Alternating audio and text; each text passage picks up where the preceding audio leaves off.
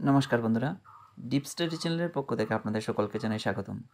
আজকে আবারও আমি টিটেট পেপার 1 এর জন্য ইবিএস থেকে বাছাই করা মোস্ট ইম্পর্ট্যান্ট 30 কোয়েশ্চেন্স আপনাদের সামনে নিয়ে এসেছি।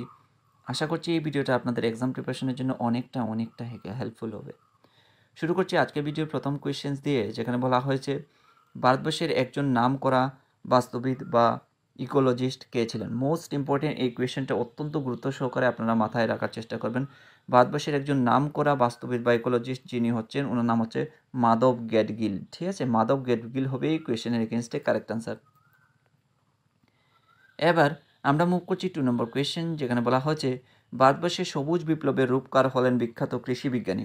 এই কোয়েশ্চেনটা কিন্তু বিভিন্নবার আমরা যদি টিটেট পেপার 1 এর দিকে চিন্তা করি, তাহলে কিন্তু এই কোয়েশ্চেনটা অনেকবার এসেছিল।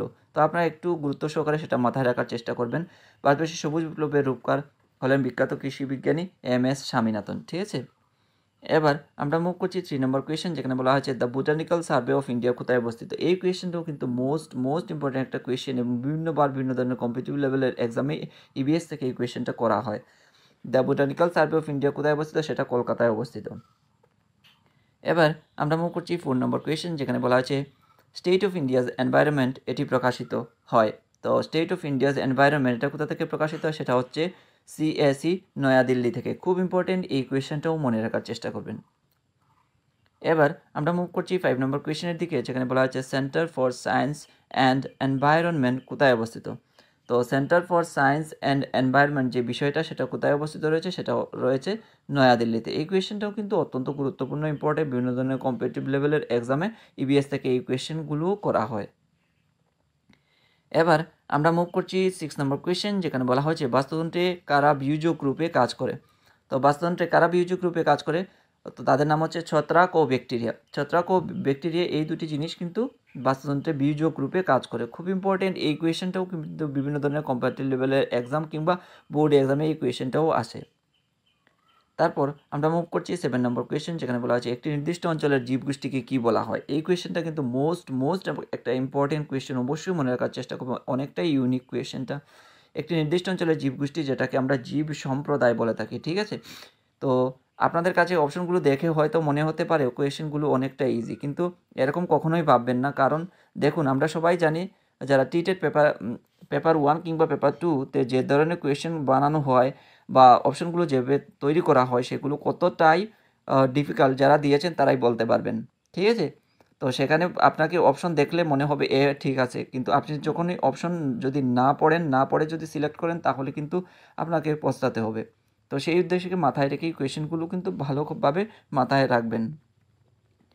তারপর আমরা মুভ করছি 8 নম্বর কোয়েশ্চেন, যেখানে বলা হচ্ছে বাস্তুতন্ত্রে শক্তির প্রবাহ সর্বদা। তো মনে রাখবেন, বাস্তুতন্ত্রে শক্তির প্রবাহ সর্বদা কি থাকে, একমুখী থাকে। ঠিক আছে, এরপর আমরা মুভ করছি 9 নম্বর কোয়েশ্চেন, বাস্তুতন্ত্রে 10% সূত্রের প্রবক্তাকে। তো মনে রাখবেন, বাস্তুতন্ত্রের 10% সূত্র যিনি প্রবর্তন করেছিলেন, ওনার নাম হচ্ছে লিন্ডেম্যান। ঠিক আছে, লিন্ডেম্যান বাস্তুতন্ত্রের 10% সূত্রের প্রবর্তন করেছিলেন। খুব ইম্পর্টেন্ট, এই কোয়েশ্চেনটাও মোস্ট ইম্পর্টেন্ট কোয়েশ্চেন, মনে রাখার চেষ্টা করবেন আপনারা। তারপর আমরা মুভ করছি 10 নম্বর কোয়েশ্চেনের দিকে, যেখানে বলা আছে একটি নির্দিষ্ট প্রজাতির বাস্তুতন্ত্র সম্পর্কিত আলোচনাকে কী বলে। একটি নির্দিষ্ট প্রজাতিকে যখন নিয়ে বাস্তুতন্ত্রে আলোচনা করা হয়, তখন সেটাকে বলা হয় অটো ইকোলজি। এই কোয়েশ্চেনটাও কিন্তু মোস্ট ইম্পর্টেন্ট কোয়েশ্চেন, বিভিন্ন ধরনের কম্পিটিটিভ লেভেলের এক্সামে ইবিএস থেকে এই কোয়েশ্চেনটাও করা হয়ে থাকে। এবার আমরা মুভ করছি 11 নম্বর কোয়েশ্চেন। এই কোয়েশ্চেনটা তো আরও বেশি ইম্পর্টেন্ট। একটি নির্দিষ্ট অঞ্চলের জীব সম্প্রদায়ের বাস্তুতন্ত্র সম্পর্কিত আলোচনাকে কী বলে। জীব প্রজাতি যখন বলবে, তখন সেটা হবে অটো ইকোলজি, আর নির্দিষ্ট অঞ্চলের জীব সম্প্রদায়ের বাস্তুতন্ত্রের কথা বললে সেটা হয়ে যাবে সিন ইকোলজি। ঠিক আছে, দুই ধরনের কোয়েশ্চেন, একটু বুঝিয়ে আপনারা মনে রাখার চেষ্টা করবেন। ঠিক আছে, এবার আমরা মুভ করছি 12 নম্বর কোয়েশ্চেন, যেখানে বলছে পৃথিবীর স্থায়ী বৃহত্তম বাস্তুতন্ত্রের নাম কি। এই কোয়েশ্চেনের আনসারটা আপনারা অনেকেই জানেন, আবার অনেকেই জানেন না। যারা জানেন না, অবশ্যই একবার জেনে নেবেন ভালো করে। পৃথিবীর স্থায়ী যে বাস্তুতন্ত্র, সেটা হচ্ছে সমুদ্রের বাস্তুতন্ত্র। এবার আমরা মুভ করছি 13 নম্বর কোয়েশ্চেন, যেখানে বলা আছে বাস্তুতন্ত্রের সবুজী উদ্ভিদের কি বলে। তো মনে রাখবেন, বাস্তুতন্ত্রের সবুজী উদ্ভিদদের আমরা কি বলি, উৎপাদক বলে থাকি বাস্তুতন্ত্রের সবুজী উদ্ভিদদেরকে। এই কোয়েশ্চেনটাও কিন্তু মোস্ট ইম্পর্টেন্ট একটা কোয়েশ্চেন, বিভিন্ন ধরনের কম্পিটিটিভ লেভেলের এক্সামে কিংবা বোর্ড এক্সামে এই কোয়েশ্চেনটাও কিন্তু করা হয়ে থাকে। এবার আমরা মুভ করছি 14 নম্বর কোয়েশ্চেন, যেখানে বলা আছে চিপকো আন্দোলনের সঙ্গে যুক্ত বয়স্কা মহিলার নাম কী ছিল। তো চিপকো আন্দোলনে বয়স্কা মহিলার নাম ছিল গৌরী দেবী। এই কোয়েশ্চেনটা আমি এই কারণেই এখানে দিয়েছি, কেননা ওই যে গৌরী দেবী চিপকো আন্দোলনের সঙ্গে কিন্তু অত্যন্ত গুরুত্বপূর্ণ ভূমিকা পালন করেছিলেন। ওনার কারণেই কিন্তু চিপকো আন্দোলনটা ফলপ্রসূ হয়েছিল। তো সেই কারণে এখান থেকে কোয়েশ্চেন আসার অনেকটাই পসিবিলিটি রয়েছে যদি কোয়েশ্চেনটা অনেকটাই ট্রিকি লেভেলের করা হয়। আর আমরা যেহেতু জানি কম্পিটিশন লেভেল যেহেতু এতটাই হাই, সেই কারণে ট্রিকি লেভেল করাটাই বাঞ্ছনীয়। সেই উদ্দেশ্যকে মাথায় রেখেই কিন্তু এই কোয়েশ্চেনটা দেওয়া। তো গৌরী দেবী হবে এই কোয়েশ্চেনের এগেনস্টে কারেক্ট অ্যান্সার।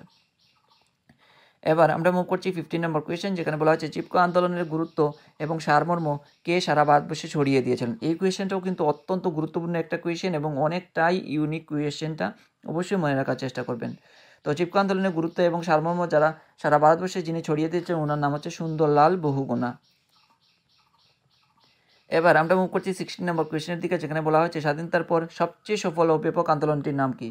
তো স্বাধীনতার পর সবচেয়ে সফল এবং ব্যাপক আন্দোলন যেটা হয়েছিল পরিবেশ নিয়ে, সেটা হচ্ছে চিপকো আন্দোলন। খুব ইম্পর্টেন্ট, এই কোয়েশ্চেনটা মনে রাখার চেষ্টা করবেন আপনারা।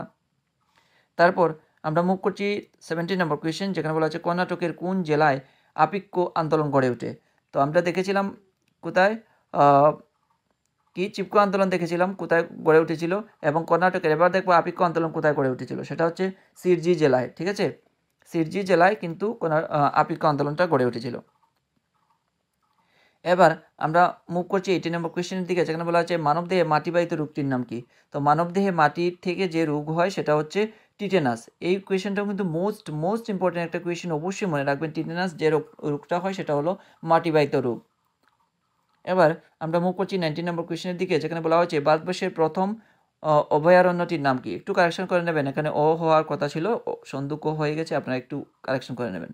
ভারতবর্ষের প্রথম অভয়ারণ্যটির নাম হচ্ছে জিম করবেট ন্যাশনাল পার্ক। এই কোয়েশ্চেনটাও কিন্তু অত্যন্ত গুরুত্বপূর্ণ, ইবিএস থেকে এই কোয়েশ্চেনটাও করা হয়।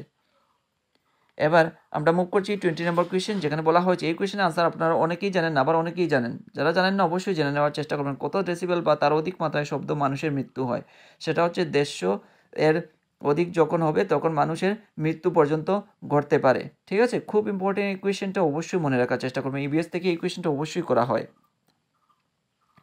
এবার আমরা মুভ করছি 21 নম্বর কোয়েশ্চেন, যেখানে বলা হচ্ছে কৃষিকাজে ব্যবহৃত কয়েকটি কীটনাশক এর নাম। এই কোয়েশ্চেনটা অত্যন্ত গুরুত্বপূর্ণ, আপনারা গুরুত্ব সহকারে দেখবেন। তো কৃষিকাজে ব্যবহৃত কয়েকটি কীটনাশক হলো গ্যামাক্সিন, ডিডিটি, ক্লোরডেন ইত্যাদি। গ্যামাক্সিন, ডিডিটি, ক্লোরডেন এগুলো হলো, আর কি, আর হচ্ছে ইউরিয়া। এগুলো কি? এগুলি হচ্ছে কৃষিকাজে ব্যবহৃত কয়েকটি কীটনাশক। এলড্রিন, এগুলি হচ্ছে কৃষিকাজে কয়েকটি ব্যবহৃত কীটনাশক। খুব ইম্পর্টেন্ট, এই কোয়েশ্চেনটা মনে রাখার চেষ্টা করবেন। এবার আমরা মুভ করছি 22 নম্বর কোয়েশ্চেন, যেখানে বলা আছে ওজোন গ্যাস হলো একটি। তো ওজোন গ্যাস আপনারা অনেকেই জানেন, আবার অনেকেই জানেন না। যারা যারা জানেন অবশ্যই জেনে নেবেন। ওজোন গ্যাস যেটা, সেটা হচ্ছে একটা গ্রিন হাউস গ্যাস।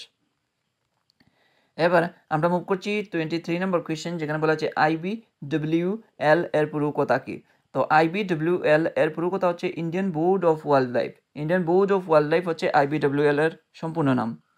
এবার আমরা মুভ করছি কোন ধাতু ইটাই রোগের জন্য দায়ী। এই কোয়েশ্চেনের আনসারটা আপনারা অনেকেই জানেন, আবার অনেকেই জানেন না। যারা জানেন না অবশ্যই একবার জেনে নেওয়ার চেষ্টা করবে, কারণ এই কোয়েশ্চেনটা অত্যন্ত গুরুত্বপূর্ণ কোয়েশ্চেন এবং বিভিন্ন ধরনের এক্সামে কিন্তু এই কোয়েশ্চেনটা নর্মালি করা হয়ে থাকে।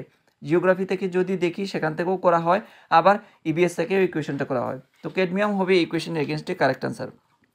এবার আমরা মুভ করছি 25 নম্বর কোয়েশ্চেন, যেখানে বলা হয়েছে বায়ুর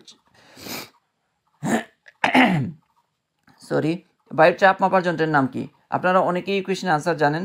ঠিক আছে, তো মনে রাখবেন বায়ুর চাপ মাপার যন্ত্রের নাম হচ্ছে ব্যারোমিটার। ঠিক আছে, এবার মোস্ট ইম্পর্টেন্ট একটা কোয়েশ্চেন, যেটা অত্যন্ত গুরুত্বপূর্ণ, আপনাদেরকে ভালোভাবে মনে রাখতে হবে। পরিবেশ সম্পর্কে বিখ্যাত 3P সূত্রটি কি।